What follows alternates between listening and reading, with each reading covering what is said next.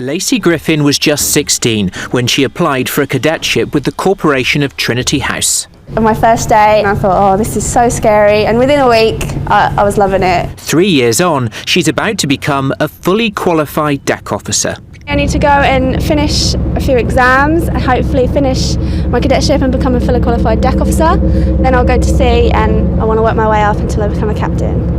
Helping new recruits like Lacey reach their potential is what Trinity House's cadet scheme is all about. It's currently sponsoring more than 100 cadets to become deck, engineering and electro-technical officers. When I knew I wanted to be a cadet, I went to all the open days that were available at the maritime academies. 5 GCSEs A-star to C is what you really need to get in. You're getting paid to travel and learn, and at the end you have a career out of it, so it's really a great opportunity.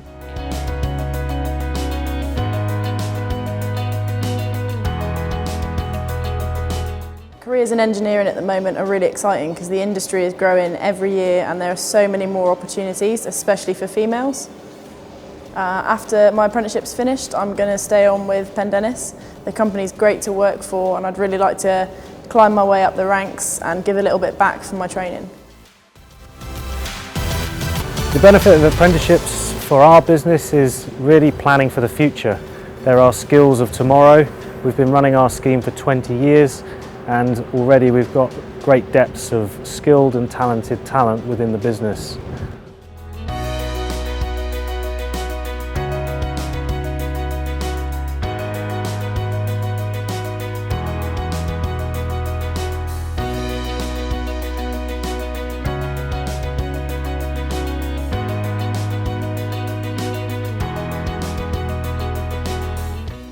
Hi, I'm Sam and I'm the Water Sports and Activities Manager at the Mountbatten Centre in Plymouth. So I was really lucky as growing up as a child. I got to go on sailing and canoeing trips with the family, and that interest then led me into a university degree in adventure recreation, and as part of that course I developed some further qualifications and skills. And then that took me into a role working sort of as a trainee instructor, and I was lucky enough to work my way up through the scheme, completing further qualifications. So done qualifications in sailing, windsurfing, powerboating, keelboating. I'm also really passionate about paddle sports, so kayaking and canoeing, and I've also done some land-based rock climbing and gorge walking as well. So the experience that you need is really quantified by your ability to have national governing body awards. So that could be your RYA dinghy instructor, which is kind of the minimum qualification you need to get ahead and get into the industry.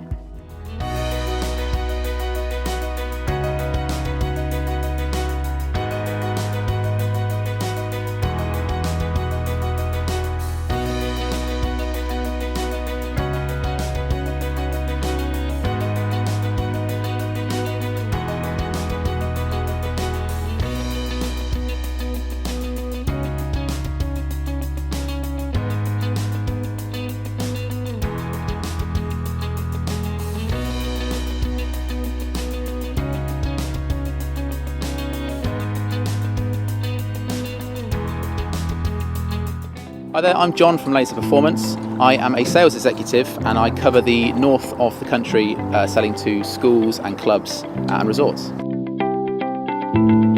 So I first started sailing actually when I was in my teens. I then became a senior instructor and a powerboat instructor, got into sailing that way. So a job at Laser came up, they're only based down the road from me, so it all worked quite well. I had no sales experience prior to coming to Laser Performance. However, being passionate about the products and the sport of sailing, that goes a long way. So doing my sailing qualifications through the RYA put me in real good stead through my career. Not only does it mean I am confident to take out potential customers in boats, it also means I can try new products that we're bringing out. I can drive safety boats alongside customers who are trying our boats as well. So the qualifications I have got through the RYA have opened a lot of doors and opportunities for me.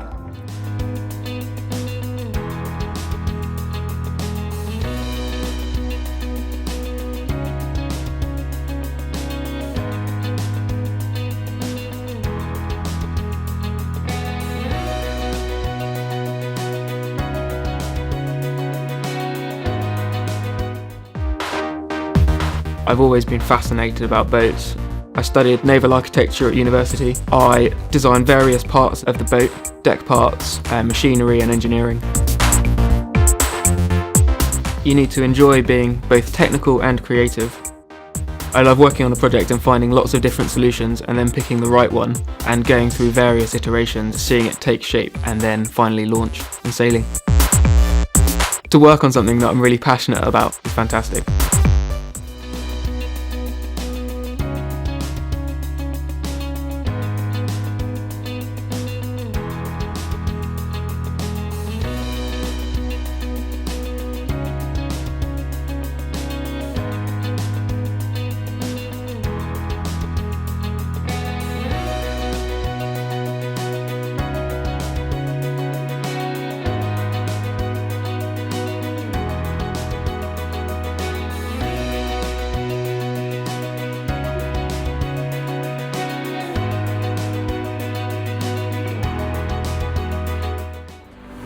My A-levels, I soon realised, weren't for me. I actually went into labouring, bricklaying, groundworks. Ended up meeting Island Ribs. The boss, Alex, he said, there's work for the winter, come and give it a go. A couple of months later, I was signed up as an apprentice. It's definitely the best decision I've made. Every day we'll be doing a different job. One day you'll be making a seat out of fiberglass. The next day you could be building a fuel tank. You're not expected to know everything. You're actually in the workplace getting taught how to do it. And then eventually I'll be able to do it myself, which is what the apprenticeship's all about.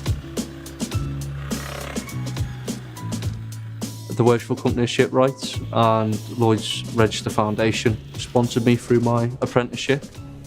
I do 1 day at college, 4 days in the workplace.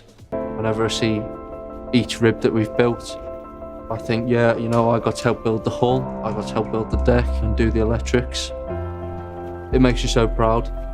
You actually get to build something from scratch to a complete boat that you get to go out on the water in and go really fast and hit lots of waves and have loads of fun. I gained 2 sets of qualifications over the 4 years at college. It means I can go all around the world.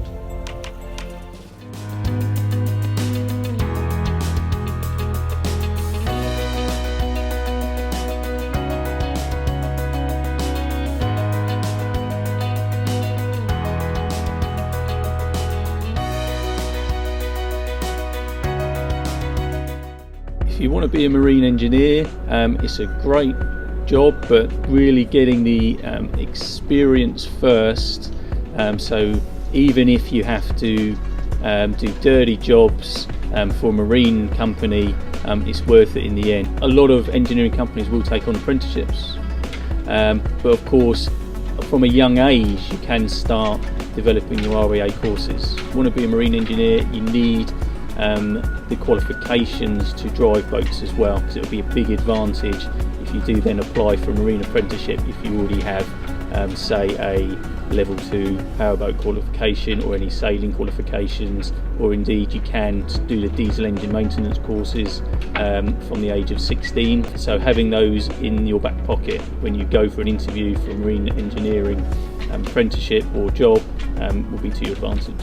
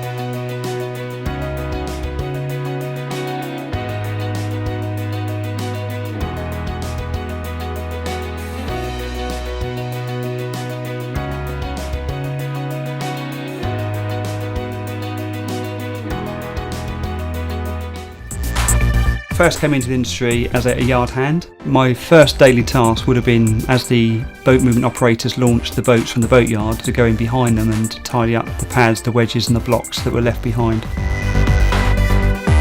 I progressed my way up through the ranks to become a certified marina manager. It's a very big industry. You're working with boats, you're working with people. You could be a marina manager, you could be a surveyor, you could be a boat builder. Not just an industry, it's a lifestyle.